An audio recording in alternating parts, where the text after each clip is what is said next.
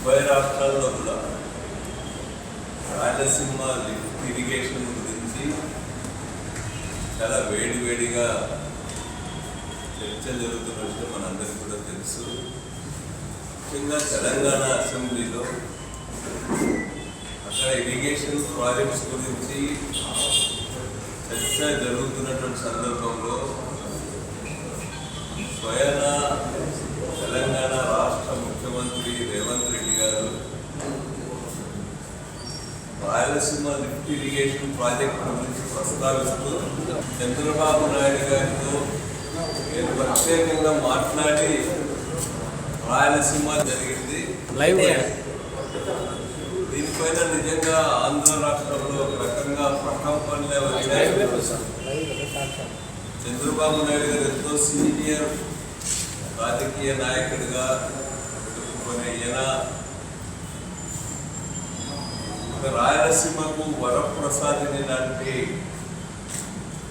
Rayalaseema lift irrigation project విషయంలో ఆయన ఏ విధంగా రాష్ట్ర ప్రయోజనాలు తాకట్టు పెట్టి రేవంత్ గారు చెప్పినట్టుగా ప్రాజెక్టు పనులు ఆపేసినారా అని చెప్పి అనేక మంది తీసుకుపోయినారు. కానీ ఈరోజు వరకు కూడా ఇది రాష్ట్రానికే చాలా అవమానకరమైనటువంటి విషయం. రెండు తెలుగు రాష్ట్రాలు అయినప్పటికీ కూడా తెలంగాణ రాయలసీమ ముఖ్యమంత్రులు అక్కడి ప్రయోజనాలు ఇక్కడ ప్రయోజనాలు వేరువేరుగా ఉంటాయి. అట్లాంటప్పుడు ఆంధ్ర రాష్ట్ర ప్రయోజనాలు దెబ్బతీసేలా చంద్రబాబు నాయుడు గారిని ఒప్పించాలని రేవంత్ రెడ్డి గారు చెప్పడం అనేటువంటిది ఆంధ్ర రాష్ట్ర ప్రజలందరికీ కూడా ఇది అవమానకరమైంది. ఇది ఒక రకంగా ద్రోహపూరితమైనటువంటిది కూడా ఇక్కడ అందరూ కూడా అభిప్రాయపడ్డారు. దాని తర్వాత అయినా చంద్రబాబు నాయుడు గారు స్పందిస్తారేమో అని చెప్పి అనుకున్నారు. పూర్తిగా సమాధానం చెప్తారేమో, నేను అలాంటిది మాట్లాడలేదనో, అలాంటివి రహస్యంగా చర్చ జరగలేదనో, రాష్ట్ర ప్రయోజనాల విషయంలో నేను రాజీ పడలేదనో చెప్తాడనుకున్నాం. కానీ ఆయన అట్లాంటి విషయాన్ని చెప్పకుండా రాయలసీమ లిఫ్ట్ ఇరిగేషన్ అనేటువంటిది చాలా పరిమితమైందని, ఆ ప్రాజెక్ట్ అవసరమే లేదన్నటువంటి రీతిలో ఆయన మాట్లాడటమే కాకుండా వాళ్ళ ఇరిగేషన్ మినిస్టర్తో కూడా అదే మాట్లాడించారు. ఇది రేవంత్ రెడ్డి గారి వ్యాఖ్యలను అంగీకరించినట్టుగా, ఆ వ్యాఖ్యల పట్ల వాళ్ళకేం వ్యతిరేకత లేదనేటట్టుగా చంద్రబాబు నాయుడు గారు కానీ వాళ్ళ ఇరిగేషన్ మినిస్టర్ రామానాయుడు గారు కానీ మాట్లాడిన దాన్ని బట్టి అర్థమవుతుంది. అదేవిధంగా రాయలసీమ లిఫ్ట్ ఇరిగేషన్ ప్రాజెక్ట్ అనేది ఒక వేస్ట్ ప్రాజెక్ట్ అన్నట్టుగా మాట్లాడుతూ ఉన్నారు వాళ్ళు. ఈరోజు పయ్యావుల కేసు ఇంకొక అడుగు ముందుకేసి రాయలసీమ లిఫ్ట్ ఇరిగేషన్ ప్రాజెక్ట్ అది థెఫ్ట్ ఇరిగేషన్ ప్రాజెక్ట్ అనే మాట మాట్లాడినాడు. నిజంగా ఈ ప్రాంతానికి సంబంధించినటువంటి ప్రజాప్రతినిధిగా ఉండి, మినిస్టర్గా ఉండి, ఎంతో అవసరమైన రాయలసీమ నీటి ప్రయోజనాలు తీర్చగలిగినటువంటి రాయలసీమ లిఫ్ట్ ఇరిగేషన్ గురించి అంత బాధ్యత రాహిత్యంగా ఎలా వ్యాఖ్యానిస్తారని చెప్పి నేను అడుగుతా ఉన్నా. మనది లిఫ్ట్ ఇరిగేషన్ ప్రాజెక్టే కాదన్నట్టుగా కూడా ఆయన మాట్లాడాడు. దానిపైన ఆయన మామూలుగానే అతి తెలివి ప్రదర్శిస్తూ ఉంటాడు. కేశవ్ గారు చాలా అతి తెలివి ప్రదర్శించాడు. ఆయన అతి తెలివితో ఎప్పుడు కూడా రంధ్రాలు వేయడం చేస్తూ ఉంటాడు. రాయలసీమ లిఫ్ట్ ఇరిగేషన్ ప్రాజెక్ట్ సంబంధించిన జీవోని చూపిస్తూ ఈ జీవోలో గ్రామటికల్ మిస్టేక్స్ ఉన్నాయని చెప్పడం కాకుండా దాంట్లో తనకు అనుకూలమైనటువంటి ఒక పార్ట్ను మాత్రమే తీసుకొని అసలు దీంట్లో స్పష్టత లేదు. ఇది ఇరిగేషన్ ప్రాజెక్టా లేకపోతే డ్రింకింగ్ వాటర్ ప్రాజెక్టా లేకపోతే కేవలం చెన్నైకి నీళ్ళు అందించే ప్రాజెక్టుగా అనే అనుమానాలు కలుగుతున్నాయని చెప్పి మాట్లాడాడు. అసలు ఇది ప్రాజెక్టే కాదన్నాడు. నేను ఒకసారి కేశవ్ గారిని అడుగుతా ఉన్నా, మీరు ఆ ప్రాజెక్ట్ అంతా కూడా సందర్శించినాయని చెప్పి చెప్తా ఉన్నారు కదా, మళ్ళీ ఆ ప్రాజెక్ట్లో జరిగినటువంటి పనులు మీకు కనిపించలేదా అని చెప్పి నేను అడుగుతా ఉన్నా.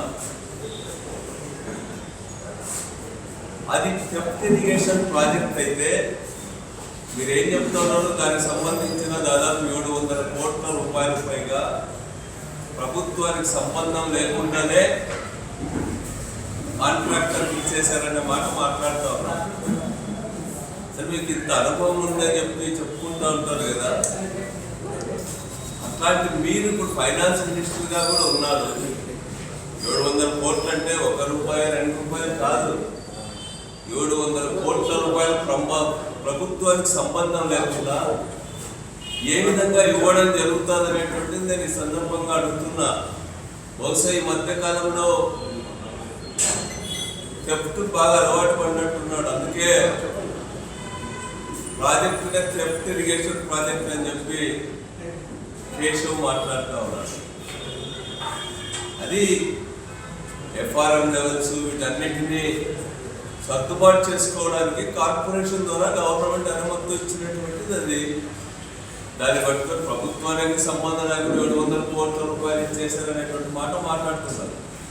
మరి థెఫ్ట్ ఇరిగేషన్ ప్రాజెక్ట్ అని మీరు అన్నారు కదా, మీరు ఫైనాన్స్ మినిస్టర్ అయిన తర్వాత ఈ ప్రాజెక్ట్కి మీరు 190 కోట్ల రూపాయలు ఇచ్చింది వాస్తవం కాదా అని నేను అడుగుతా ఉన్నాను.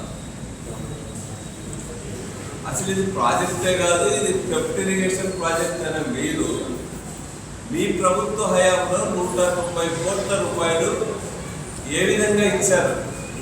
మీరు థెఫ్ట్ ఇరిగేషన్ ప్రాజెక్ట్ అనుకున్నాను, మీరు ఇచ్చినారంటే ఏమైనా వాటాలు ఉన్నాయా మీకు అని చెప్పి నేను అడుగుతా ఉన్నా. మరి ఎట్లా ఇస్తారు మీరు? అది ప్రాజెక్టే కాదని చెప్పేటువంటి వాళ్ళు మీ గవర్నమెంట్ వచ్చినాక కూడా ఇచ్చారు. మీరు ఇచ్చిన దాంతో కలుపుకొని 900 కోట్ల రూపాయలు ఆ ప్రాజెక్టుకి ఇచ్చినట్టు అర్థమవుతుంది. అదేవిధంగా వీళ్ళందరూ మాట్లాడేది కూడా రేవంత్ రెడ్డి గారు అసెంబ్లీలో మాట్లాడిన మాటల్ని సమర్థించినట్టుగా, పరోక్షంగా మద్దతు ఇచ్చినట్టుగా కనిపిస్తుంది అన్ని కూడా. నేను ఈ సందర్భంగా అది నిజంగా వేస్ట్ ప్రాజెక్ట్ అయితే అసలు రాయలసీమ లిఫ్ట్ ఇరిగేషన్ ప్రాజెక్టే అవసరం లేదనుకుంటే తెలంగాణలో రాయలసీమ లిఫ్ట్ ఇరిగేషన్ గురించి అంత వాడి వేడిగా ఎందుకు చర్చ జరిగిందని చెప్పి నేను అడుగుతా ఉన్నాను. రాయలసీమ లిఫ్ట్ ఇరిగేషన్ ప్రాజెక్టుకి అంత ప్రాధాన్యత ఇచ్చి తెలంగాణ అసెంబ్లీలో చర్చ జరిగిందంటే దాని అర్థం ఏమి? ఈ ప్రాజెక్టు ద్వారా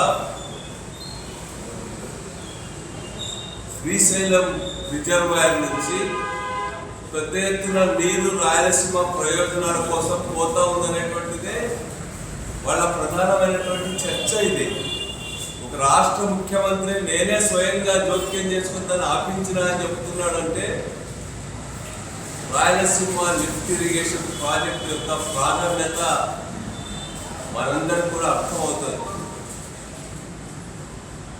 రాయలసీమ ఇరిగేషన్ ప్రాజెక్ట్ అనేటువంటిది భవిష్యత్తులో అది మన రాయలసీమ ప్రాజెక్టులకు, అదేవిధంగా నెల్లూరు చెన్నైకి తాగునీటి ఇవ్వడానికి అది ఒక వరప్రసాదనిగా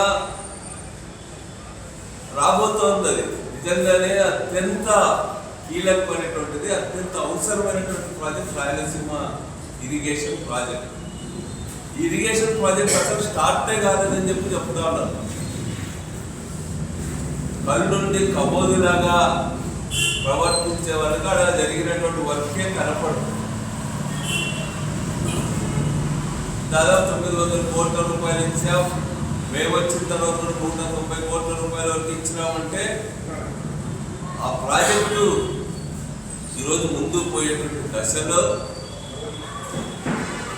తెలుగుదేశం పార్టీకి సంబంధించిన తెలంగాణ వారితో కోర్టులో కేసు వేయించి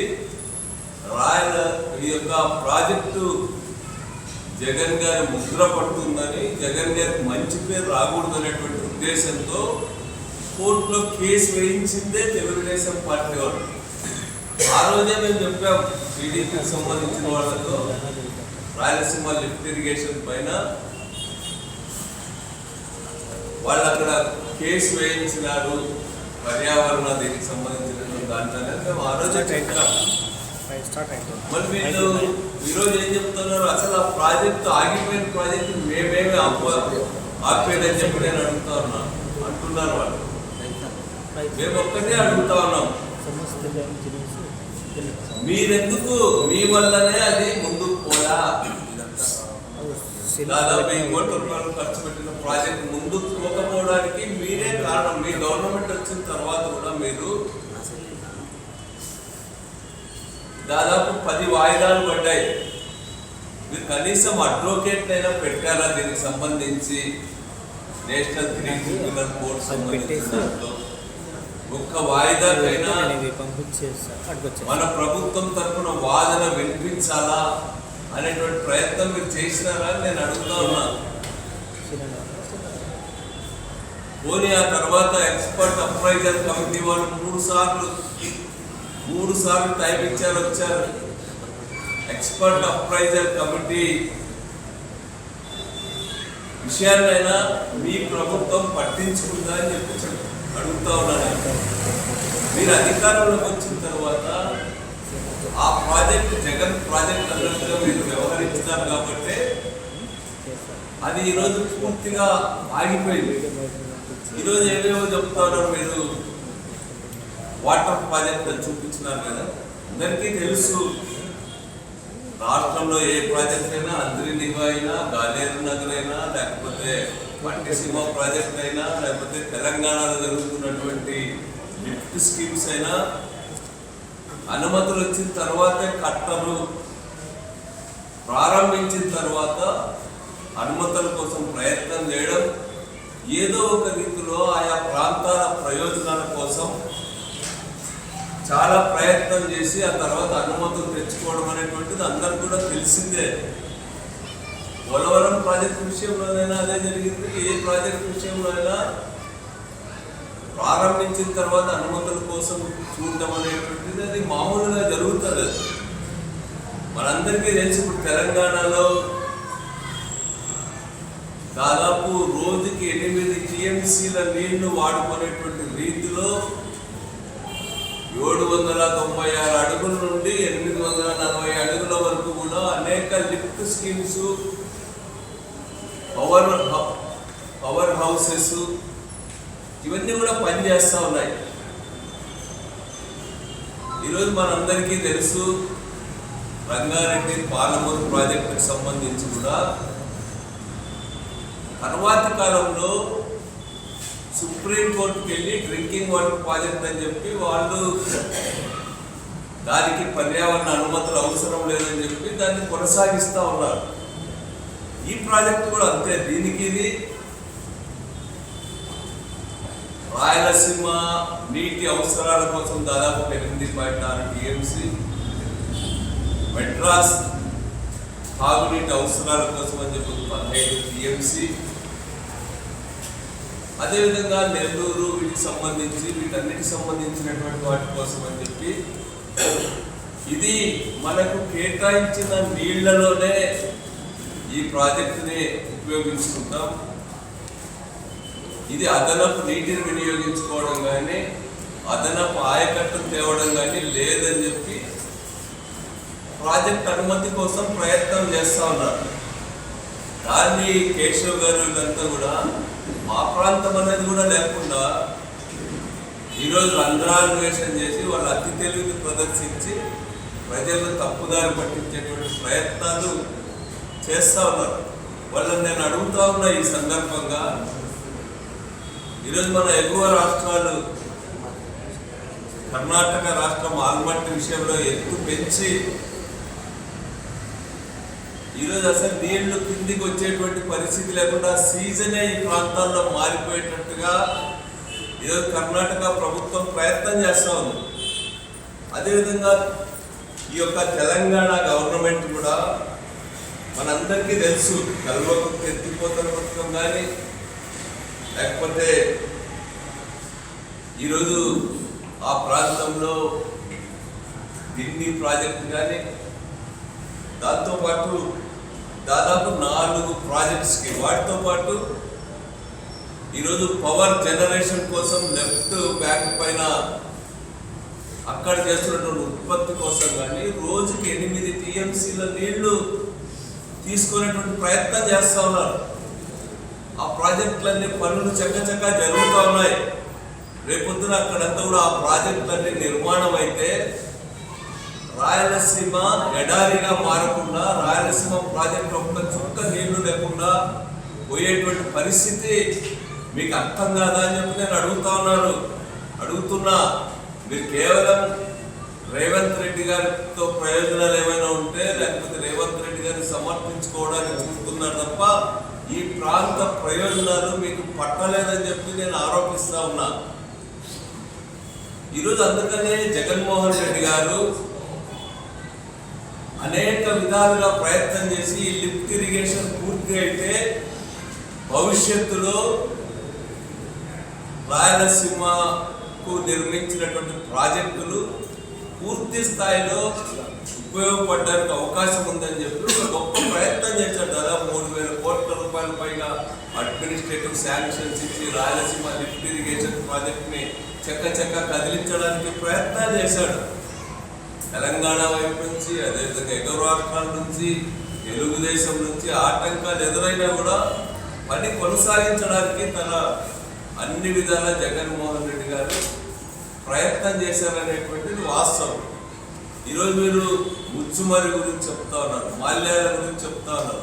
నిజమే, రాజశేఖర రెడ్డి గారు ముఖ్యమంత్రిగా ఉన్నప్పుడు 796 అడుగుల నుంచే ముచ్చుమరి రిజర్వాయర్ ద్వారా హంద్రీనివాకు నీళ్ళు ఇవ్వడానికి అక్కడ పనులు ప్రారంభించినాడు. శాంక్షన్స్ అన్ని కూడా ఇచ్చినారు. ఈరోజు ముచ్చుమరి కేవలం 0.03 క్యూసెక్కులు మాత్రమే నీళ్లు తోడు వేయగలిగినటువంటి ఒక చిన్న ఇది హంద్రీనివాకి. అదేవిధంగా అక్కడ కేసీ కెనాల్కి అవసరమైనప్పుడు కొద్దిపాటి పరిమితుల్లో ప్రయోజనం కలిగించేదానికి ఉద్దేశించినటువంటిది అది. ఆ విధంగా కాకుండా ఇది మాల్యాల 2 గంటల కూడా 0.6 క్యూసెక్స్ కూడా రానటువంటిది. అంటే ఇన్ని రోజులు తగ్గితే ఒక టీఎంసీ వస్తుందో మనందరికీ అర్థమవుతుంది. మరి దాన్ని రాయలసీమ లిఫ్ట్ ఇరిగేషన్తో మీరు ఈక్వేట్ చేస్తున్నారు. మీకు తెలుసు, అయినా సరే ప్రజలు తప్పుదారి పట్టించడానికి మీ గవర్నమెంట్ బోనులో ఇరుక్కుంది కాబట్టి తెలంగాణ అసెంబ్లీలో చేసినటువంటి రేవంత్ రెడ్డి ప్రకటనతో మీరు గిజగిజలాడిపోతున్నారు. కాబట్టి దాని నుంచి బయటపడడానికి ఏది పడితే అది మాట్లాడుతూ ఉన్నారు. రాయలసీమ లిఫ్ట్ ఇరిగేషన్ ప్రాజెక్టు రోజుకు 3 టీఎంసీల నీటిని తోడివేయడానికి ఉపయోగపడే ప్రాజెక్ట్ ఇది. మీరేం చెప్తా ఉన్నారు? డెడ్ స్టోరేజ్ 35 టీఎంసీలే కదా, దాంట్లో 20 టీఎంసీల కోసమే కదా ఈ రాయలసీమ లిఫ్ట్ ఇరిగేషన్. ఈ 20 టీఎంసీల కోసం ఇంత చేయాలా? 20 టీఎంసీలు అనేటువంటివి చాలా రిజర్వాయర్లు ఉన్నాయని చెప్పి వాళ్ళు మాట్లాడతారు. ఇది ఎవరైనా కూడా అనుభవం ఉన్నటువంటి వాడు మాట్లాడే మాట అని నేను అడుగుతా ఉన్నా. డెడ్ స్టోరేజ్ నుంచి 35 టీఎంసీలు తీసుకుంటారా? వరద కాలంలో నీళ్ళు వచ్చిన వెంటనే ఇక్కడ స్టోర్ చేసుకోవడానికి, ఇక్కడ ఈ ప్రాజెక్టులు నింపుకోవడానికి వరద సమయంలో వెంటనే ప్రారంభం చేయడానికే ఈ యొక్క రాయలసీమ లిఫ్ట్ ఇరిగేషన్ కానీ తెలంగాణ వాళ్ళు కడుతున్నటువంటి లిఫ్ట్ ఇరిగేషన్స్ కానీ. నీవేవో 854 అడుగులు 881 అడుగులు అని చెప్తా ఉన్నారు. అసలు అంత పైకి భవిష్యత్తులో నీళ్ళు వచ్చే అవకాశాలు ఉన్నాయని చెప్పి నేను అడుగుతా ఉన్నా. ఎగువ రాష్ట్రాలు నిర్మిస్తున్నటువంటి ప్రాజెక్టులు, అక్రమ ప్రాజెక్టులు ప్రారంభమైతే అసలు రాయలసీమ ప్రాజెక్టులకు నీళ్ళు ఇవ్వడానికి నీరు అందుబాటులో ఉంటుందా అనేది నేను అడుగుతా ఉన్నా మిమ్మల్ని. మీకు అన్ని తెలుసు, కళ్ళుండి గుడ్డివాళ్ళలాగా ప్రవర్తిస్తూ ఉన్నారు, చెవులుండి వినిపించుకోవాలని ప్రవర్తిస్తున్నారు. ఇది కేవలం మీరు తెలంగాణ అసెంబ్లీలో ఇరుక్కుపోయారు కాబట్టి రేవంత్ రెడ్డి వ్యాఖ్యలతో దాని నుంచి బయటపడడానికి ఈరోజు మీరు గిజగిజలాడుతున్నారు. ఈ మాటలన్నీ కూడా మాట్లాడుతూ ఉన్నారు. ఇది రాయలసీమకి ద్రోహం కాదా అని చెప్పి నేను అడుగుతా ఉన్నా. రాయలసీమ లిఫ్ట్ ఇరిగేషన్ ప్రాజెక్ట్ అనేటువంటిది రాకపోతే 800 అడుగుల నుంచి నీళ్లు తీసుకునేటువంటి ప్రయత్నం చేయకపోతే భవిష్యత్తులో మనము సోమశిల కానీ, కందలేరు కానీ, ఎస్ఆర్బిసి కానీ, గాలేరు నగర్ కానీ వీటన్నింటికీ కూడా మనం అనేక రిజర్వాయర్స్ వీటిపైన ఆధారపడి ఉన్నాయి. దాదాపు 101 టీఎంసీ అవసరమైన ప్రాజెక్ట్స్ ఉన్నాయి. వాటన్నిటికీ నీళ్ళు ఎక్కడి నుంచి తెస్తారని చెప్పి నేను అడుగుతా ఉన్నా. 2014లో చూసాం, అసలు వర్షాలు ఈ 2 సంవత్సరాలు బాగా వచ్చినాయని సరిపోయింది, కనపడలా. ఎల్లినో లాంటి వాతావరణం వస్తే 54 టీఎంసీలు కూడా రాలా శ్రీశైలం ప్రాజెక్ట్కి. అట్లాంటి పరిస్థితుల్లో రాయలసీమ భవిష్యత్తు కానీ, రాయలసీమ పరిస్థితి కానీ, రాయలసీమ దుస్థితి కానీ ఏ విధంగా ఉండబోతుందనేది మీరు ఆలోచిస్తున్నారా అని చెప్పి నేను అడుగుతా ఉన్నా. మీరు రేవంత్ రెడ్డిని మార్పులు కొట్టడానికో లేకపోతే మీ చంద్రబాబు గారితో మార్పులు కొట్టేయడానికో మాట్లాడుతున్నారు తప్ప రాయలసీమ ప్రయోజనాలు కానీ, ఇక్కడ రాయలసీమ రైతుల స్థితిగతుల గురించి మీరు ఆలోచిస్తున్నారా అని చెప్పి నేను కేశవ్ గారిని వీళ్ళందరినీ కూడా అడుగుతా ఉన్నా. ఈరోజు తెలుగుదేశం పార్టీ వాళ్ళని అందరినీ కూడా అడుగుతా ఉన్నా, రాబోయే కాలంలో రాయలసీమ ప్రాజెక్టుల భవిష్యత్తు ఏమనేటువంటిది మీరు ఆలోచించండి అని చెప్పి నేను అడుగుతా ఉన్నా. ఇంకొక విషయం వీళ్ళ సందర్భంగా చెప్తా ఉన్నారు. ఈరోజు గాలేరు, నేను వాళ్ళని అడుగుతా ఉన్నా ఒకే విషయం. ఇన్ని మాటలు మాట్లాడుతున్నారు కదా మీరు, మరి జగన్మోహన్ రెడ్డి గారు ఉన్నప్పుడు తన 5 ఏళ్ల కాలంలో ఈరోజు ఈ రాయలసీమ పైన ఆధారపడిన రాయలసీమలో ఉన్నటువంటి ప్రాజెక్టులన్నింటి విషయంలో కూడా ఎంత ప్రయత్నం చేశాడో, ఎంత ముందుకు తీసుకుపోయాడో మనందరికీ కూడా తెలుసు. ఏదో హంద్రీనివా ఉదాహరణ చెప్పి రాయలసీమకి ఏం చేయలేదు అనేటువంటి మాట మీరు మాట్లాడుతూ ఉన్నారు. ఈరోజు గాలేరు నది విషయంలో కానీ, అవుకు రిజర్వాయర్ విషయంలో కానీ, అన్నింటిలో కూడా వెలుగొండ ప్రాజెక్ట్ కానీ, వెలుగోడు ప్రాజెక్ట్ కానీ, బ్రహ్మంగం మఠం రిజర్వాయర్ కానీ వీటన్నింటిలో కూడా జగన్ గారు అక్కడ కేటాయింపబడిన నీటిని వాడుకునేటువంటి దానికి అవసరమైన నిధులు ఖర్చు పెట్టి అన్ని రకాల ప్రయత్నాలు చేసి వాటన్నింటినీ కూడా ముందు తీసుకోవడం జరిగింది జగన్ గారు. అంతేకాకుండా మన జిల్లాకు కూడా ఎంతో ప్రయోజనకరమైనటువంటి గాలేరు నగరి హంద్రీనివా ప్రాజెక్టుని అనుసంధానం చేయడానికి ప్రయత్నం చేశాడు. 3,000 కోట్ల రూపాయలతో టెండర్స్ పిలిచి 1,000 కోట్ల రూపాయలు మన గండికోట రిజర్వాయర్ నుంచి ఈరోజు హంద్రీనివా కడప జిల్లా, చిత్తూరు జిల్లాలో ఏ ప్రయోజనాలు అయితే నెరవేరుస్తుందో ఆ ప్రాంతానికి గాలేరు నదిని నీళ్ళు ఇవ్వడానికి ప్రయత్నం చేశాడు. దాన్ని మీరు ముందు తీసుకుపోరా. మీ గవర్నమెంట్ వచ్చిన తర్వాత మీరు ముందు తీసుకుపోయింటే ఈరోజు చిత్తూరు, కడప జిల్లాల్లో అదనంగా మరో 1,00,000 ఎకరాల భూమికి సాగులోకి తేవడానికి అవకాశం ఉండేది. అంతేకాకుండా అత్యంత ఘోరమైనటువంటి పరిస్థితుల్లో ఉన్నటువంటి పత్తికొండ కానీ, మధ్యగిరి లాంటి ప్రాంతాలు కానీ, అనంతపురం జిల్లా లాంటి ప్రాంతాలు కానీ 10 సంవత్సరాల్లో 7 సంవత్సరాలు 8 సంవత్సరాలు కరువు గురయ్యేటువంటి మన జిల్లాకు హంద్రీనివా పూర్తిగా ఉపయోగించుకోవడానికి మనకు అవకాశం ఉండేది. హంద్రీనివా ద్వారా కడప, చిత్తూరు జిల్లాలకు ఇచ్చే నీళ్లు ఆదా చేసి అనంతపురం, కర్నూలు జిల్లాల్లో ఉపయోగించుకోవడానికి అవకాశం ఉంది. దాన్ని ఎందుకు పక్కా పడేశారు నేను అడుగుతా ఉన్నా. ఈరోజు గాలేరు గండికోట రిజర్వాయర్ నిండు కుండలా ఉంది, ఎప్పుడు నిండు కుండలా ఉంటా ఉంది. పూర్తి కెపాసిటీతో దానికి నీళ్లు వచ్చేటట్టు జగన్మోహన్ రెడ్డి గారు చేశాడు. R&R ప్యాకేజీలు అన్ని ప్రాజెక్టుల కింద కూడా డబ్బులు ఇచ్చి వాటిని పూర్తి చేసి ప్రాజెక్టులు పూర్తిగా వినియోగించుకోవడానికి అవసరమైనటువంటి వాతావరణాన్ని జగన్మోహన్ రెడ్డి గారు తీసుకొచ్చినాడు.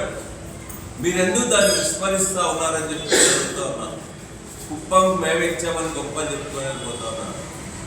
కుప్పం గారు జగన్మోహన్ రెడ్డి గారు పోయి స్వయంగా పాల్గొని కుప్పంకు నీళ్ళు ఇచ్చినటువంటి విషయం ఈ రాష్ట్ర ప్రజలందరికీ తెలుసు. ఈరోజు తప్పుదారి పట్టించే మాటలు, మభ్య పెట్టేటువంటి మాటల్ని ఈరోజు మీరు మాట్లాడుతూ ఉన్నారు. చంద్రబాబు నాయుడు గారు ముందు నుంచి కూడా 16 ఏళ్ళు ముఖ్యమంత్రిగా ఉన్నాడు. ఆయన చెప్పుకోవడానికి ఏముందని చెప్పి నేను అడుగుతా ఉన్నా. ఈరోజు ఎన్టీ రామారావు గారు ఆ రోజు ప్రారంభిస్తే ఆయన అరకొరగా ఖర్చు పెడితే చంద్రబాబు నాయుడు గారు ముఖ్యమంత్రి అయిన తర్వాత వాళ్ళన్నింటినీ మూలన పడేశాడు.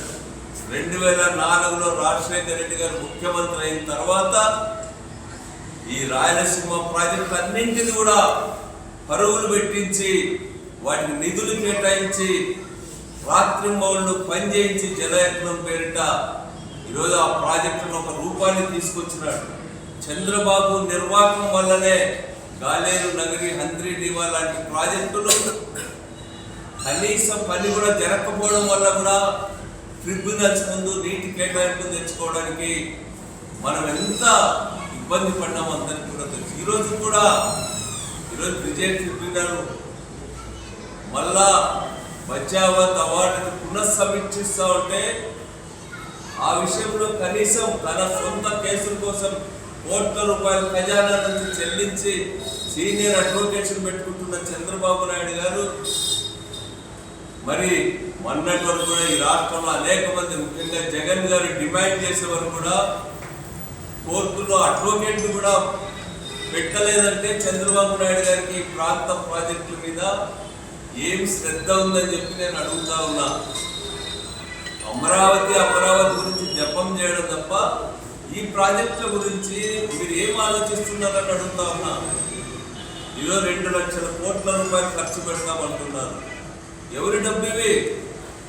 ఈరోజు సెంటర్ నుంచి వచ్చే డబ్బైనా ఒక్కొక్క మనిషికి, నీకు నాకు అందరికి లెక్క కట్టించే డబ్బంతా కూడా తీసుకుపోయి అమరావతిలో వేస్తామంటారు. ఏమనంటే మీకు రాజధాని అవసరం లేదా, మీరు రాజధానికి వ్యతిరేకులు, అమరావతికి వ్యతిరేకులు అని చెప్పి చెప్తారు. నీవు విచ్చలవిడిగా పరిమితమైనటువంటి డబ్బులను లక్షల కోట్ల రూపాయల అప్పులు చేస్తూ నువ్వు వృధా చేస్తా ఉంటే మేమందరం నోరు పుసుకుని కూర్చోవాలని చెప్పి నేను అడుగుతా ఉన్నా. మాకు కోస్తా ప్రాంతాల పైన కానీ తెలంగాణ ప్రాంతాల పైన కానీ మాకు ఎట్లాంటి వ్యతిరేకత లేదు. కానీ మేము కోరుకునేది ఏమంటే సమాంతరమైనటువంటి అభివృద్ధి జరగాల. రాష్ట్రంలో అన్ని ప్రాంతాలకు కూడా సమతుల్యత ఉండాలా. వాటి మధ్య విభేదాలు రాకూడదంటే అందరూ సమాన అభివృద్ధి సాధించాలనే ఉద్దేశంతో మేము ఈరోజు మాట్లాడుతూ ఉన్నాం. కానీ చంద్రబాబు నాయుడు గారు తన కీర్తి ప్రతిష్టల కోసం తన చరిత్రను నిలిచిపోవాలని చెప్పి రాష్ట్రాలంతా కూడా అప్పుల ఊపిలో కూరుకుపోయేలా చేసి అక్కడ పోయి కూర్చుంటాడు. అమరావతి గురించి నిత్యం మాట్లాడుతూ ఉంటాడు. నేను అందుకనే అందరినీ కూడా కోరేది, రాయలసీమ ప్రజలందరూ కూడా ఈరోజు తెలంగాణ ఈ ప్రాంతంలో అధికార పార్టీ చేస్తున్నటువంటి ప్రచారాన్ని తిప్పికొట్టాలని చెప్పి రాయలసీమ ఇరిగేషన్ ప్రాజెక్టుని కొనసాగించాలని చెప్పి మనం అందరం కూడా ఫైట్ చేయాలనేటువంటిది కూడా ఈ సందర్భంగా నేను కోరుతా ఉన్నా.